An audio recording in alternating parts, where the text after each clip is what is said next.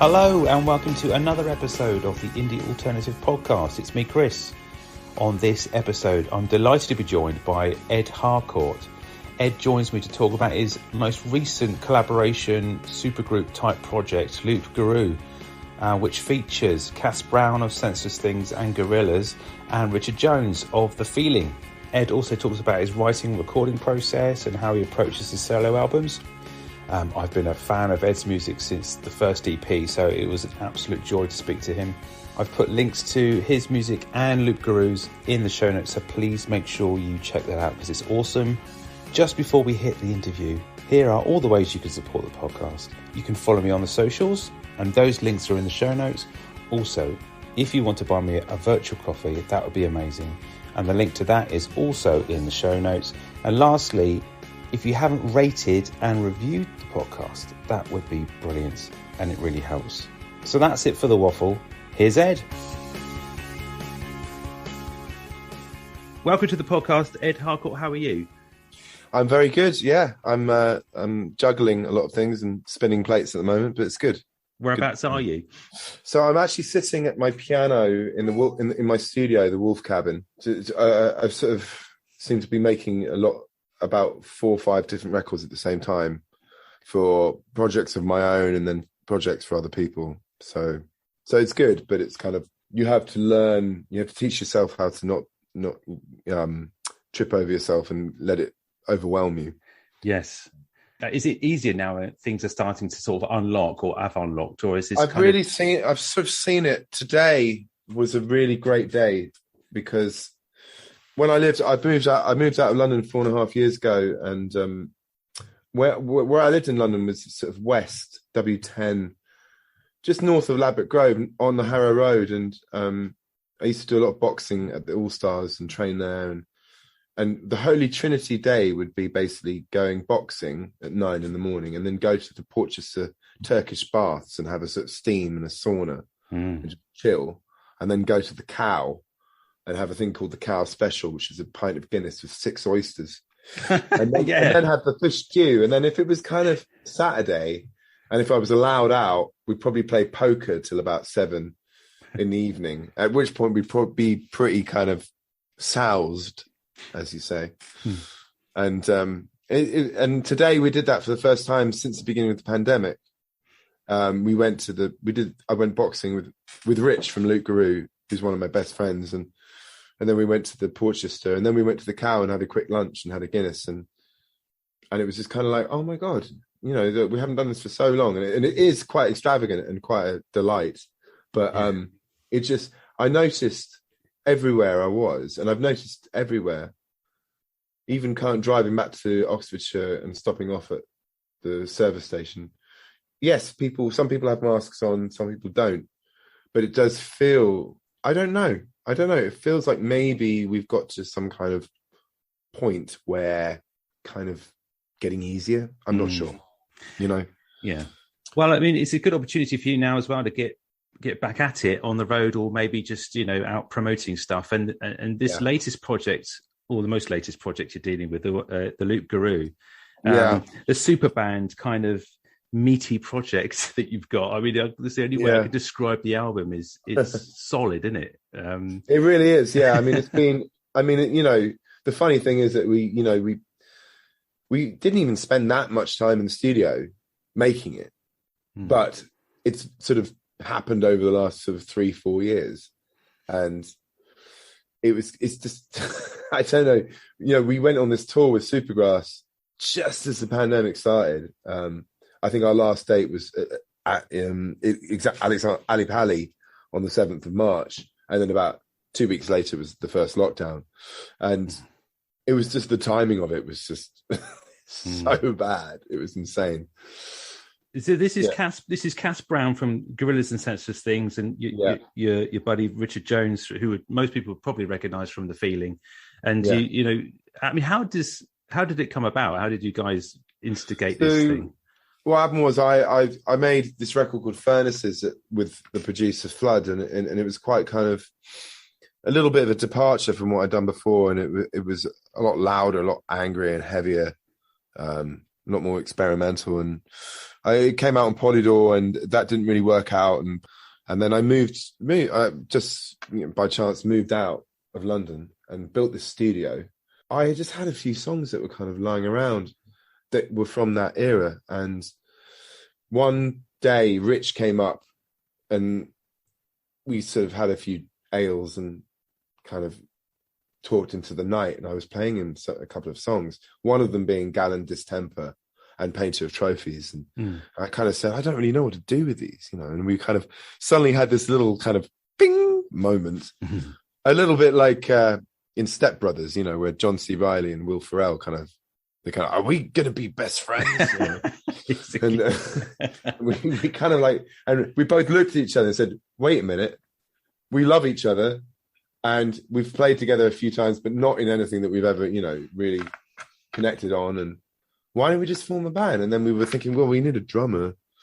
And then we both knew Cass, and we just thought, actually, he wasn't doing too much, or I don't know, he lived near Rich, and we thought, let's ask him. And then what happened was I went on tour with the Afghan Wigs around the US, and I came back, and literally about 5 days later, they rocked up. They kind of turned up at my house, and we went into the Wolf Cabin, my studio, and kind of just sort of set stuff up in a kind of tentative, sort of circling each other kind of way. And but then we started playing, and it was absolutely insane. I couldn't believe, I don't know what it was. It was like with three quite different people, but when we get together, there's this mad symbiotic thing that happens. And I think Cass is the feel of it, the way he plays drums, he's got an incredible feel, and it's very kind of, it's not your standard thing. And Rich is kind of like the pillar and the foundation. He's like the John Entwistle, and there is a bit of the Who or Cream or that kind of thing going on. And I'm mainly a piano player, but I'm playing baritone and electric guitar, and so I'm sort of still feeling my way. So a lot of the time, I don't really know what I'm doing, but they really do. But for some reason, it works.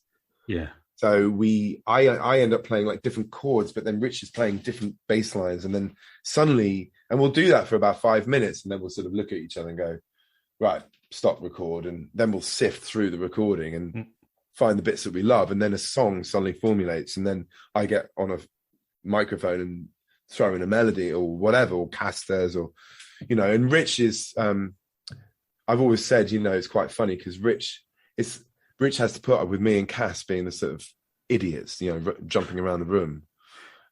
It's like sort of one Ernie Wise and two Eric Morecambs, And but Rich is such an integral part of the band, and he's really amazing with arrangement. And so Cass and I are more kind of just throwing ideas at the wall to see what sticks, And it's all collaborative then. You're kind of all pitching in.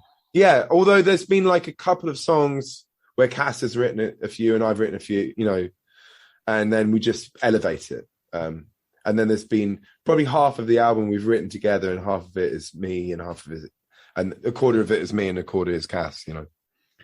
What a great, exciting thing to do, though, especially when it's really exciting. Yeah. It's very exciting. It's just been a bit kind of difficult because it started out, the pandemic really kind of, it really put the kibosh on a lot of things. So for everyone, yeah. But, the funny thing is we are a new band, but we've been around for so long. We've been in so many different bands since the 90s, so.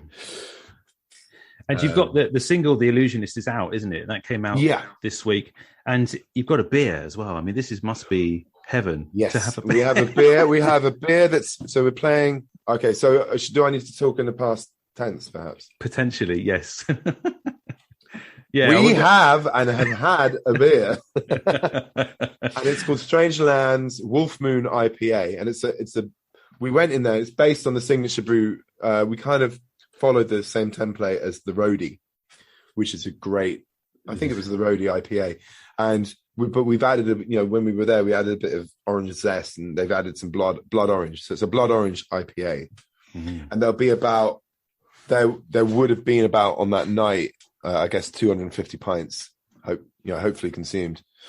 So yeah, it's I actually worked with Signature Brew about 10 years ago. I did a beer with them called Dark Heart, which was a 6.8% sort of. It was kind of a cross between a porter and a brown ale. And someone once commented that when they drank it, it felt like a kind of heavy fog sort of went over their face. Sort of like what you want.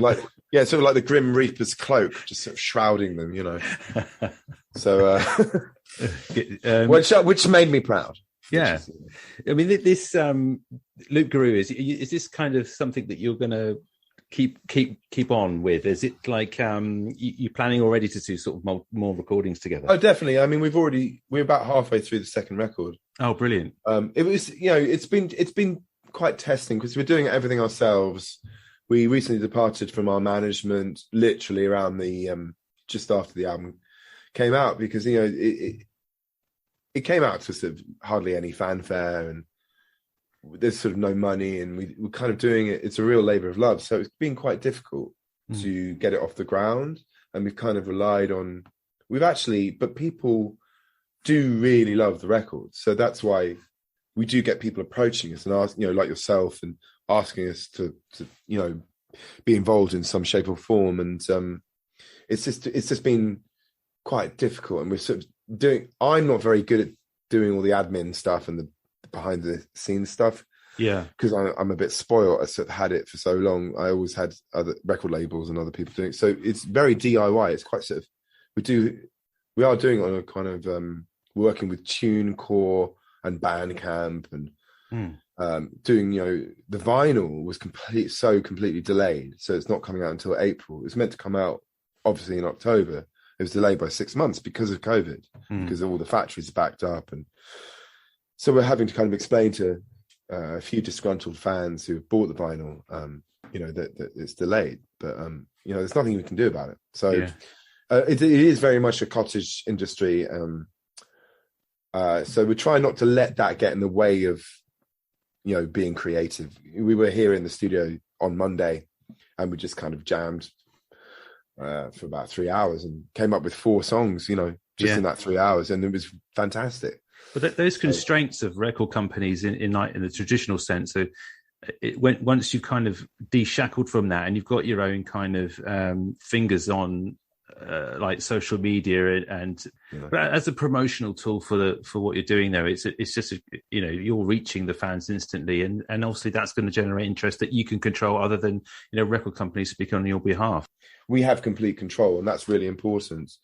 And we have found various people that don't work in the confines of a major record label or that kind of ilk that we're working with really well. And Cass as well, he's fantastic at all. Cass does all the artwork, and because he's done so much stuff with Gorillaz and Senseless Things, he's kind of like a sort of Renaissance man, and he's very good at the whole multimedia thing, and that for me is just completely flies over my head. I'm almost a Luddite in a way.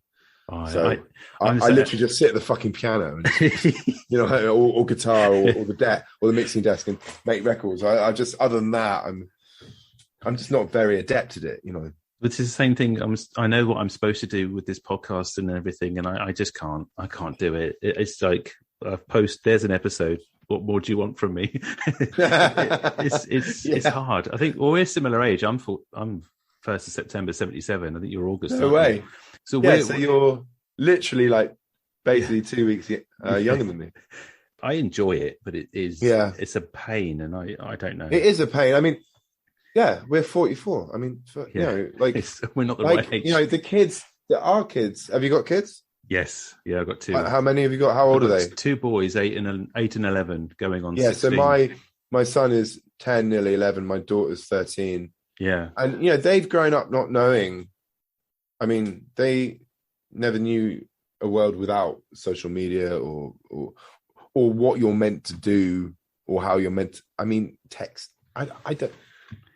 Bro, take me back to 1998 when I had a pager. Yeah. Those are the days. Well, I used to walk down to the bottom of the road and use the payphone. I mean, that's how I used to. Yeah, I used to payphone. I went out I had a girlfriend in New York. I used to go I lived on Wilson Lane. There was a payphone on there. I used to go to the payphone and call her from that. Yeah. Different times. Sending a pigeon or something. Call collect, of course. Yeah. Going back a bit, if you don't mind, Ed, just you've written many albums, and I wanted to ask you how you approached each of those albums, and was there a process for, like, and they're not concept albums, but do you approach them differently, or did you approach them differently? I think I approached them.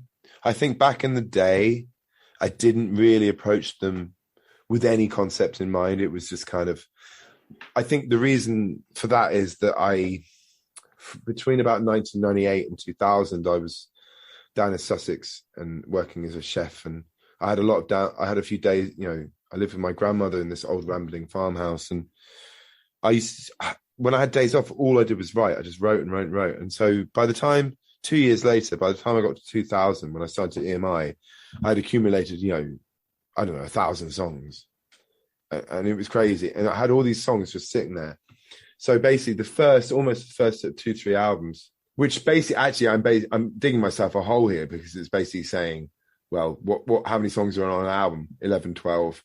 So only 36 songs out of those 1,000 songs were good, But that's probably true. No, but they ended up being, I don't know, used, or it was me trying to experiment all the ideas. And most of the time I was trying to recreate my demos on my first 3 records. Then I started to think about concepts after that. But because I was still on a major, I always had delusions of grandeur. So I'd kind of, when I did The Beautiful Lie, which was my 4th record, I think that was originally going to be a double record, a double album. Yeah. And I just remember Jeff and Martin saying, no, it's too expensive. But I'd already done it. They'd given me a budget, and I'd already recorded like 24 songs, Because you were like 4-tracking it for the first kind of few EPs, and you were very traditional in the sense of you were playing on everything, most instruments and everything, weren't you, as well? So yeah, so basically I basically, it was out of necessity, really. I kind of, because I was on my own, there was no one else around, apart from met this incredible musician called Hadrian Garrard, who was a trumpet player, and he would come down to Sussex and record on my 4-track, and that's where stuff on Maplewood came from, like He's Building a Swamp and Listen to the Distant Train, and all the stuff that I was listening to at the time. It was mainly, I was listening to everything really, but mainly what made me start writing on the piano and writing songs was Tom Waits, and then I was listening to Eels and Sparkle Horse, so a lot of kind of American alternative music, but always music that had melody, but it was sort of scattered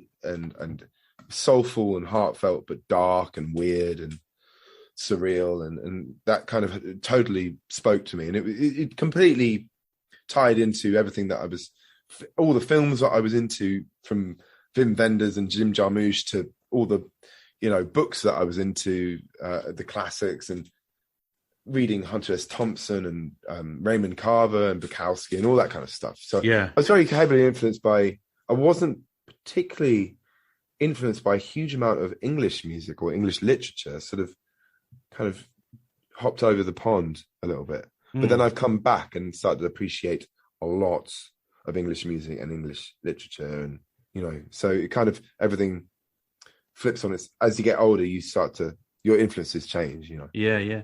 I was thinking about those albums and how visual they were. You could almost see them. That's a wonderful thing to say, because I feel like I've always wanted to try and write visually and think of, imagine sort of short stories, or I think I've always tried to write music for imaginary films in my head. Yes. And I'm I love, like most people, I'm a film buff, and I'm a huge cinema fan, and that's why I've done 4 film soundtracks for kind of more independent films, but I've been trying to get my foot in the door in that world, and I'm desperate to get a sort of something I could get my teeth into, like a big horror film would be great. Yes, yeah. I mean, it's perfect. I mean, I wouldn't want to use the word macabre, but there's a claustrophobia to some of the tracks, and there's even from like the creakiness, and it is the cabiny kind of feel to it all. You could definitely feel like I know a Sam Raimi soundtrack coming on some of it. I don't know. Definitely. Oh yeah, no, I'm glad you said that. I mean, that's something that I would. I just, I've done a couple of films with Frank Whaley, American actor who's also a great director, and he's such a great guy. And I'm hoping to work with him again. And I think a lot of the time that's the key, is like, you've got to find your director. If you're going to be a film composer, you've got to find your one director that you work with. It's a bit like Darren Aronofsky with Clint Mansell, or David Fincher with Atticus Ross and Trent Reznor. So you sort of need to find your guy. I veer, like, album to album, I sort of veer. It's almost like writing albums is a bit like having mood swings. You sort of write one album that's really upbeat and happy, and then the next time you write a terrible, despairing album of woe, and then after that, kind of, you bounce back again. And I think that's good. It's good to hop around the different. It's good. You wouldn't want to be pigeonholed, as one particular composer or artist or singer. I think it's okay to be diverse. I mean, I've been inspired to do something. I mean, I've not played in a proper band for a while, since about 2018, and just listening to sort of. And I've got some fantastic friends and musicians, and we did stuff back in the day, and it's inspiring to see people come together and do something completely different, but with I've been a fan of heavy rock and metal for all my life, but I've always been into indie and everything, and just to let that part of you out every now and again, it's so freeing. And I just think, God, I'd love to do something where I tune down the top E a bit and just go for it. That's really interesting, because Rich and I today were literally just walking down. We're literally just chatting, and we both said, it's great that we both have Loup Garoux, because it made me realize that having Loup Garoux, both of us having Loup Garoux, we can have an outlet for the sort of darker, heavier, inclinations that we really love. And we both grew up loving metal and rock. Even though I'm a piano player and I'm a sort of balladeer, I've always had a soft spot for rock and roll and heavy rock and metal. Yeah. So it's nice. Not that Loup Garoux are metal in any way, but we're not really. We're more sort of epic, windswept, gothic, indie rock. I don't know. Yeah. It's great having that outlet, because it made me, because I've just finished my own solo record, and it's very piano based, and it's quite poppy. And it's very different to Loup Garoux, and it just made me kind of feel like, well, I don't have to continue what I did on Furnaces or anything like that. I can kind of I have that outlet with Loup Garoux. So it's very much it's very nice to know that you can do that. And you've been doing quite indulgent. Yeah, exactly. But you've been doing a lot of collaborations as well, and that's another sort of facet to what you do, writing with other musicians and stuff. And then that whole process, what does that collaborative process mean to you? And all these, like, from Catherine Williams to Paloma Faith. So Catherine Williams is just, she's incredible.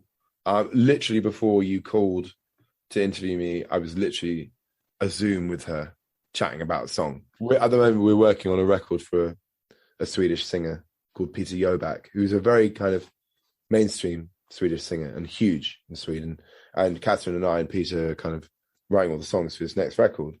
So we're just flip-flopping and bouncing off each other and constantly texting. And she, out of anyone I've ever worked with, I've never seen anyone write lyrics so quickly and write such amazing words. And she's a poet. We work so well together. I was saying to her last night, we were on the phone, and not that we could ever, scale those heights, but I was kind of like, we're like Goffin and King, but the opposite way around, because I'm basically writing all the music and the melody, and she's doing all the lyrics, and she's doing a lot of the melody, and we're kind of, I don't know, sort of finishing each other's sentences musically. But she's I just love working with her, and I don't know, we've just totally worked so well together.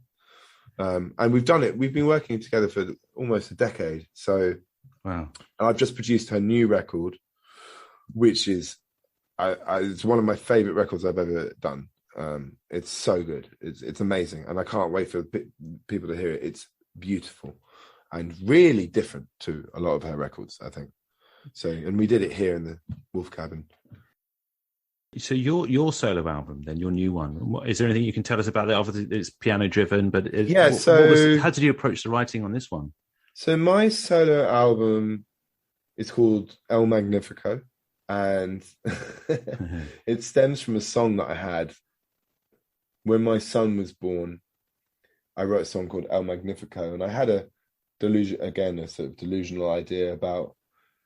I'd done this album called Luster with Ryan Hadlock, and he told me he had a studio in Puerto Vallarta in Mexico. And I was like, let's do a mariachi album. And I wrote a couple of sort of Spanish-y kind of songs. And I wrote this song called El Magnifico, but it basically was me. I was still going out and not being a responsible adult. And even after my son was born, but kind of juggling that. And then I suddenly had a realization that I needed to change my life. But I was writing this song, and it was a bit kind of like every time I came in through the door, I felt like a complete schmuck. But when I came through the door, my kids were just giving this unconditional love. And I couldn't, it's sort of, I still felt guilty, but I just couldn't believe it. And I couldn't believe my luck. And so I kind of started writing this song about being a sort of, stupid idiot, and which I think quite a lot of my songs are about.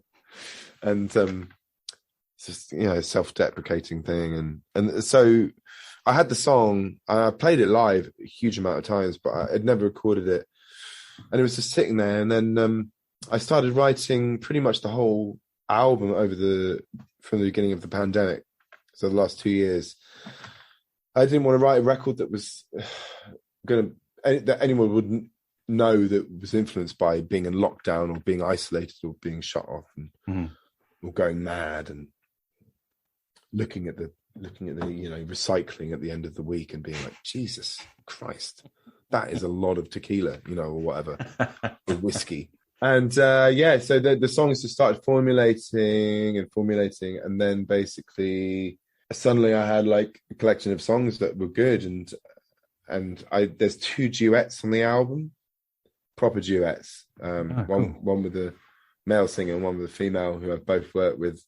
And then I went down to Dave Izumi Lynch, who did some mixing, who I've worked with. He did Time of Dust, and he's mixed Catherine's record, and so I've worked with him so much. And we just started to kind of, over the last year, just kind of, I don't even know, it's really hard to describe it. I don't know how to describe it. It's so, I've sent it to a few people who I trust, and they just said it's kind of an amalgamation of everything I've done, and I think it sounds like happy music for sad people. That's not scheduled at all at this stage. I mean, you're hoping to get out this year. No, I mean, I'd like to get it out by the end of the year, but I've got to find a label. So I've got this great new manager who looks after the Cribs and a few other people, and we're going to start, looking for labels. And so, yeah, I really, I've made this whole thing here in the Wolf Cabin and then with Dave. So I've made it on no budget, but I recorded the strings in my local church, and 3 of my extended family members are string players. So yeah, I've kind of done it on a wing and a prayer, really, and it does sound amazing. It really does. And there's one track on the record that really ties into Loup Garoux and Furnaces. So there's a sort of connection there, which there had to be some kind of connection, I think. Are you on tour with Loup Garoux, or is this? No, we haven't. We're doing this gig. We've done this gig on Friday, and then we're trying to sort of get on a few tours, but it just seems like everything is starting up very slowly. Yes. So I guess we've got to be quite attentive. But we've got a couple of festivals coming up in the summer. We're playing a festival. There's a couple of little boutiques at festivals. One of them being Lilo Palooza. Yeah, and then another one in Cornwall with the Manic Street Preachers, I think. Oh, wicked. Yeah, so that'll be fun. And so, yeah, we've got a few things on the horizon, which is great. And I think we just want to get out. We really want to get out there. We did a show at the Lexington in October, and it was just seeing the audience, seeing their reaction. It was pretty amazing. Yeah. It felt pretty righteous. So we know that we've got that capability, that capacity to blow people's heads off live. Hopefully I can get to see you guys play. I mean, I'm down in Southampton, so I really hope I can. Oh, cool! Is the Joiners still going? It is, yeah, it is. Great. Yeah, we should come and play the Joiners then. Come and play the Joiners. Yeah, yeah. I'll be there. And I mean, I think I did my first gig at the Joiners. Yeah, I played the Joiners in 1996. I'm trying to think if I saw you at the Joiners, but I don't think I did. I think I saw you. First time I saw you was at the Portsmouth. I think it was Wedgwood Rooms. Oh God. Yeah, I hope it wasn't the one where everyone walked out. No, I think it was a Halloween one. The Halloween one, yeah, that was fine. I played a show, I think, after that. That was back in the day where I didn't really know any better, and I basically drank 2 bottles of red before I went on stage. and something, I don't know what happened. I went into a meltdown. I couldn't remember anything. It was a nightmare. I don't remember anything. I had to put up a huge apology. And I vowed after that gig never to ever do that again. So I never did.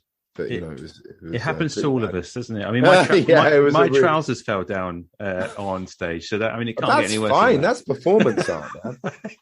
That was after too much wine as well. You got to give the people what they want. They didn't want it. They really didn't. Well, Ed, it's been brilliant talking to you. Thanks so much for your time. It's been fascinating to hear about stuff. Thanks a lot, Chris. Take care. Cheers, man. Bye. Bye.